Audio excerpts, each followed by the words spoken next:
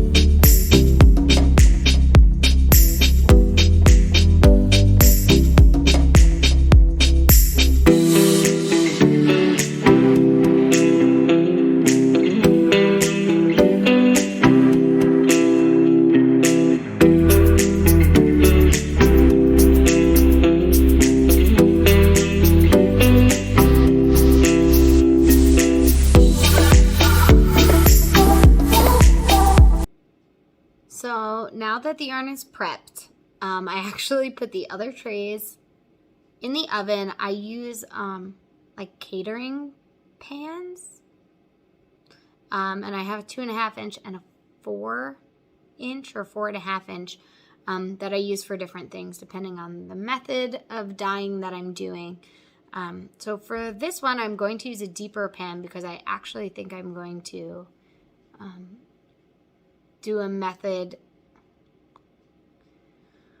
Sometimes when I pour yarn and when I dye yarn, Michael's just walking in. Sometimes when I dye yarn, I put the yarn in dry, I wring it out, I put it in the pan, and then I use all condiment bottles and paint the dye onto the skein of yarn. That's what most of my colorways are. Some of my colorways, if I know that I want like a base that's not super solid but covers a lot of the skein, I will actually put some water and dye into the pan, lay the yarn into it, and then do the rest of the colors, apply the rest of the colors with the condiment bottles. But the first thing that I do is look at my inspiration photos and create some palettes from those inspiration photos. And I do a few different ones. I'll flip it around in a second and show you for a few different reasons. One, because I have a free app and I can only do 5 colors at a time, and a lot of my colorways often include more than 5 colors. So I'll pull out different colors that I like in that way. But also I'll do it so that I can see a different vibe and like which direction I want to go with the color. I'm going to flip it around now so you can see what I'm talking about. So, oh, there we go. That was easy. So I have 3 options here. Here's option 1, option 2, and option 3. They're all a little bit different, but they pull a lot of the same tone. So this golden tone, I think in here, I really captured well. This more like caramel or fawn tone, I think right in here is captured really well. I love the brown and black that I think you pick up from the rest of this photo down in this dirt, in the center of the sunflower, the green obviously through all the leaves, and this like ivory whitish color that I think is coming from the background here.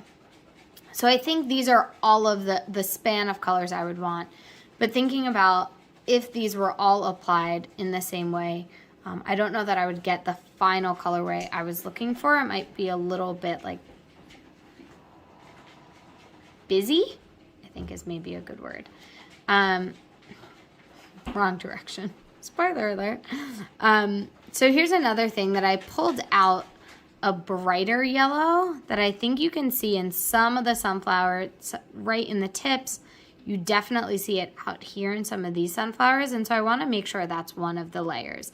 This look also gives an idea of what the skein would look like if it was mostly layers of different yellows with some brown and speckling. Obviously some green speckling would be added too. So a very different look from this skein. And then this last just again shows what about the green speckles. And I think I'm going to go with this sort of vibe, but I think it's going to have some heavy speckling. So what I'm going to do is figure out which colorway I want to put at the base of the pan. And I'm going to check out, I have all of my dyes that I think I'll need for this out. I have 3 or 4 different yellows, a brown and a green, and maybe a black. Like I said, I love a black speckle. But I'm going to play around with the dyes first to see which one I want to be at the base. I'm thinking it might be that ivory color.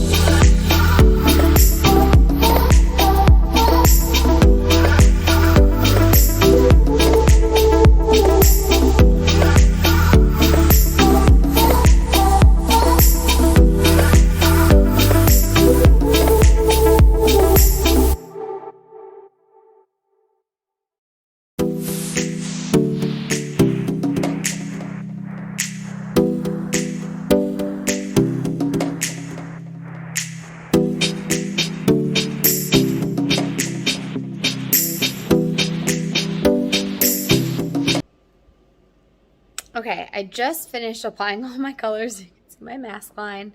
And now I put it in the oven. The oven was set at 200. It's usually between 195 and 200. And I'm going to put it in until it exhausts. I'll give it about half an hour. It might take a little longer. Yellows, lighter colors usually don't take as long, but yellows sometimes can be a bit tricky, at least for me. And I want to make sure it's fully exhausted. And then once it's exhausted, I'll drain some of the water and apply speckles dry, because I want the speckles to only bleed when I want them to bleed. So if you look, I'm going to turn around the camera. If you look in this part of the picture, I really like this idea of like very sharp dots as speckles. Even though I know this is not the same colors, I really want the brown and black speckles to be pretty sharp. I might play around with the green bleeding out a bit more, like out here, because I think that's sort of what your eye does when it looks at this photo. The green is not as sharp as some of these other colors. So that's the plan, to leave it in the oven, like I said, until it exhausts, and then we'll check back in.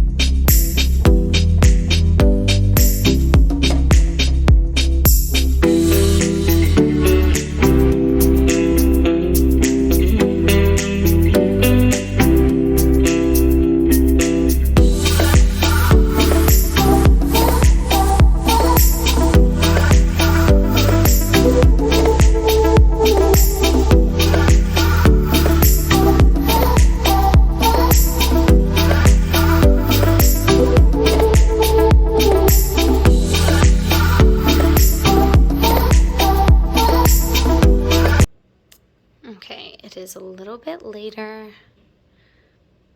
I let these cool.